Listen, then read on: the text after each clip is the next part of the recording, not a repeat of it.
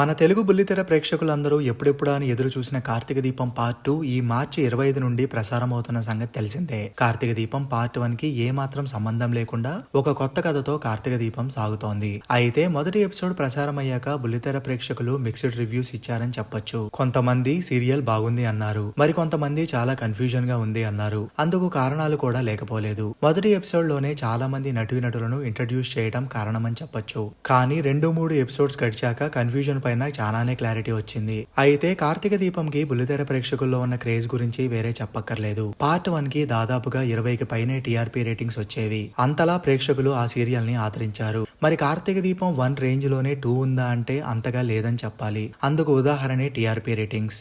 కార్తీక దీపం మొదటి ఎపిసోడ్ మంచి ప్రైమ్ టైం అయిన 8 గంటలకు ప్రసారం చేసినా కూడా అనుకున్నంత టీఆర్పీ రేటింగ్స్ రాలేదు. మొదటి ఎపిసోడ్ కి కార్తీక దీపం కి 12.04 టీఆర్పీ రేటింగ్ వచ్చింది. మామూలుగా అయితే ఇది మంచి టీఆర్పీ రేటింగే కానీ మొదటి పార్ట్ తో పోల్చుకుంటే తక్కువ అని చెప్పొచ్చు. మరి ముందు ఎపిసోడ్స్ లో ఏమైనా పెరుగుతుందేమో చూడాలి. మరోవైపు అదే రోజు నుండి ప్రసారం అవుతున్న మా అన్నయ్య సీరియల్ కి 6.62 టీఆర్పీ రేటింగ్ వచ్చింది. మరి మీకు ఈ సీరియల్స్ ఎలా అనిపించాయో కింద కామెంట్ చేయండి.